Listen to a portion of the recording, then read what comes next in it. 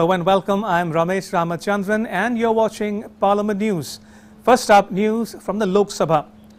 Opposition members in the Lok Sabha on Tuesday declared support to the two-day nationwide strike call given by a group of trade unions against the privatization policies pursued by the government and sought a discussion on this issue in the House. Raising the issue during zero hour, Trinamool Congress member Saugata Roy claimed that the strike had received massive response and it reflected the unhappiness of the people with the policies of the government. He said, government should understand that people are unhappy over its policies to sell out everything. Now, Roy also said, and he sought a discussion on this issue in the House.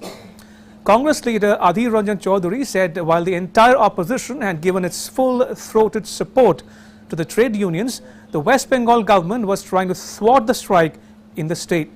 He said all trade unions except the BJP-affiliated Bharatiya Mazdoor Sangh have participated in the strike call to urge the government to quote-unquote stop plundering national resources. Chaudhary accused Trinamool Congress members of misleading the House on the issue of the strike call against the new labour laws, privatization policies of the government and delaying payment of the MGNREGA wages. He said, in West Bengal, these people through their party workers are thwarting labour interests. It's a sorry state of affairs. Here in this House they speak of labour interests but are working to thwart it in the state.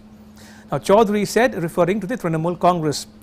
Now moving on, a joint forum of central trade unions is protesting against the government policies affecting workers, farmers and people at large. Now, voicing concern of the accidental firing of a missile that landed in Pakistan, Congress leader Manish Tiwari on Tuesday called for an institutionalized dialogue on nuclear issues.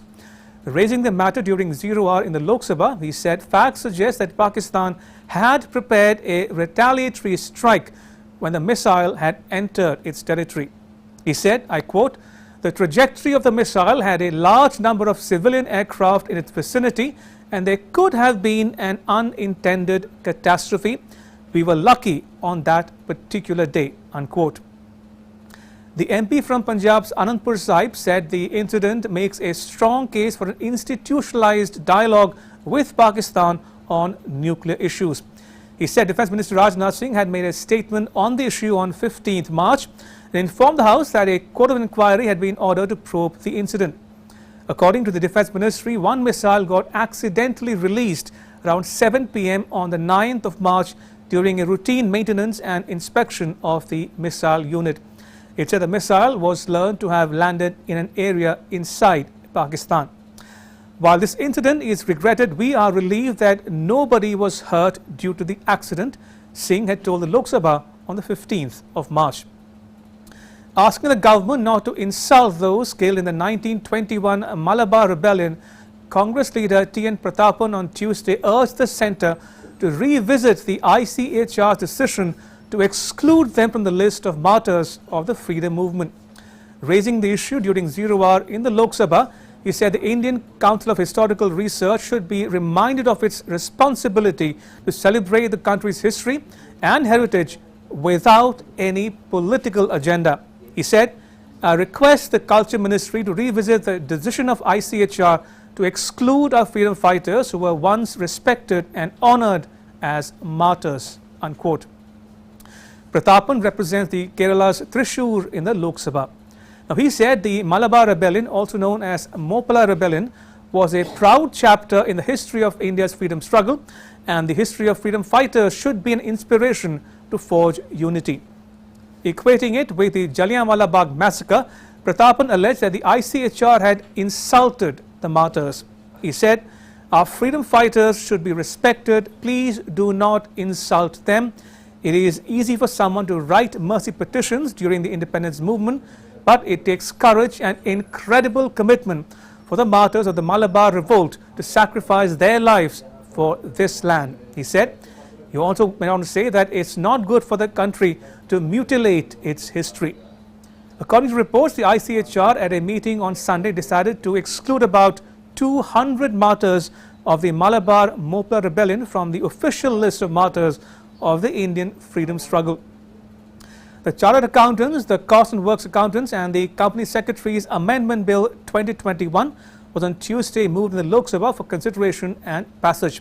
The Corporate Affairs Ministry introduced the bill in Parliament last December, whereby changes have been proposed to existing legislations governing the apex institutes of Chartered Accountants, Cost Accountants and Company Secretaries. Now, starting the discussion on the bill, Congress MP from Tamil Nadu, M.K. Vishnu Prasad, accused the government of interfering in an autonomous institution by bringing in amendments to a law on cost and chartered accountants and said that the move will infringe on the independence of the apex body. Prasad said, while the Institute of Chartered Accountants of India, or the ICAI, is a statutory autonomous body, it is still under the control of the Ministry of Corporate Affairs. He also said that the ministry does not provide funding to the institute. He said, the government keeps talking about the independence of the ICAI. Where is the independence? The number of ICAI council members should exceed the number of government nominees so that a balance is met. In the amendments, the government has proposed that the number of government nominees in the disciplinary committee of the ICAI be increased to 3 from the present 2. He further said that 10 years ago there was no government interference in the functioning of the ICAI. Then the law was amended to have 2 government nominees. Now, the ICAI Disciplinary Committee handles complaints and has 3 ICAI council members who are chartered accountants. Referring to the Narendra Modi government as OMG, opaque Modi government, Prasad accused the centre of interfering in every institution of the country. He further asked the ministry to go back to the drawing board and bring a comprehensive bill on the issue. He said the Congress strongly objected to the bill. Meanwhile, BJP MP Subhash Chandra Baheria said that it was wrong to imply that ICAI will forego its independence if the amendments are incorporated. He said the bill does not affect the autonomy of the institute. The 3 government nominees in the committee are also chosen from a panel recommended by the ICAI council members. Now, extending support for the Chartered Accountants, Cost and Works Accountants and the Company Secretaries Amendment Bill 2021, BJP MP from Uttar Pradesh Anurag Sharma said the new bill will not take away the autonomy of the CAs or the institutes like ICAI, but disciplinary body will be put in place. He said the record of the ICAI in taking action in disciplinary matters had been poor, and the Prime Minister had said earlier that the NCAI had only prosecuted 25 errant auditors in the last 11 years and 1,400 cases remain pending. He said, today India has the highest number of CAs, approximately 3.5 lakh in the world after America, but unfortunately none of our best practices are recognized internationally because of lack of a disciplinary committee or work in the disciplinary committee. Sharma said today Indians in the software industry lead the world, but even when the country has so many CAs, why are the Indian audited statements not accepted in NASDAQ or anywhere else worldwide? He said it is because certain best practices have not been followed. Opposing the bill, RSP MP from Kerala, N.K. Patimachandran, said the bill is another typical example by which the central government is encroaching upon the autonomous character of all these 3 organizations. He pointed out that institutes such as the ICAI don't take any budgetary grants or funding from the government, but their autonomy is under attack. NCP Supriya Sule said the government through this bill is bringing all 3 autonomous institutes of chartered accountants, company secretaries and cost accountants under one umbrella. She asked how the bill is going to be to bring autonomy to the councils of these institutes. DMK member A. Raja accused the government of having a hidden agenda in bringing the legislation. Raja said what is surprising and shocking is earlier the chairman of the ICAI disciplinary committee was supposed to be a chartered accountant, but now the chairman will be a non-chartered accountant. He said the person deciding on disciplinary matters should have domain knowledge and be a CA as well.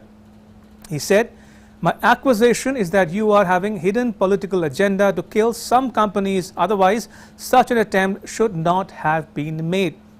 Shiva Sena's Arvind Sawant demanded that the bill should be sent to the Standing Committee for further consultation so that an informed view could be taken on the matter. And BSP's Danish Ali accused the government of trying to nationalize the autonomous body ICAI, which has worked well for over 70 years. Ali said that this is not the correct approach, and tomorrow the government may try to nationalize other autonomous and professional bodies like the Bar Council. Taking part in the discussion, BJP MP Subhash Chandra Beheria said that it was wrong to imply that ICAI will forego its independence if the amendments are incorporated. He said the bill does not affect the autonomy of the institute. The 3 government nominees in the committee are also chosen from a panel recommended by the ICAI council members. The bill amends the Chartered Accountant Acts 1949, the Cost and Works Accountants Act 1959 and the Company Secretaries Act 1980. It changes the disciplinary mechanism under the 3 acts and specifies timelines for disciplinary proceedings. It also provides more external representation on the Board of Discipline and Disciplinary Committee. The bill creates a coordination committee headed by the Secretary of the Ministry of Corporate Affairs as well. The committee will have representation from the 3 institutes formed under the acts. The secretary to each council will be designated as Chief Executive, with the President as the head of the council. The President will be responsible for ensuring implementation of decisions of the Council. Firms must now register with the institutes. The councils must maintain a register of firms containing details including pendency of any actionable complaint or imposition of penalty. The bill increases certain fines under the 3 acts. If a partner or owner of a firm is repeatedly found guilty of misconduct during last 5 years, disciplinary action can be taken against the firm. And now to the Rajya Sabha. The Rajya Sabha on Tuesday approved the Union Budget for 22-23 after it returned the Finance Bill 22 and the Appropriation Bill 22 after a discussion with Finance Minister Nirmala Sitharaman saying that India continues to remain among the top 5 foreign direct investment destinations in the world. The bills were passed by the Lok Sabha on Friday. Replying to discussion on the bills, she said FDI inflows into India till December 21 under the Modi government was $500.5 billion, which is 65% more than the amount received in the 10 years of the UPA government. She said this is because investors have trusted the economic management of the current dispensation. The FDI inflow in 2020-21 was $81.72 billion compared to $74.9 billion in the preceding financial year, she said.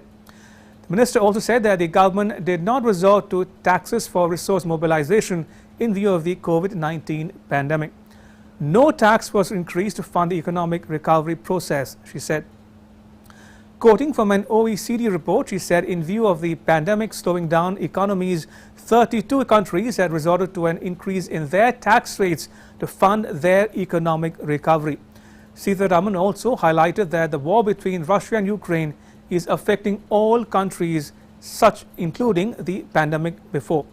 She disclosed that rupees 8.35 lakh crore has been devolved to states from central taxes in the current fiscal, which is higher than the revised estimate of 7.45 lakh crore rupees for 2021-2022.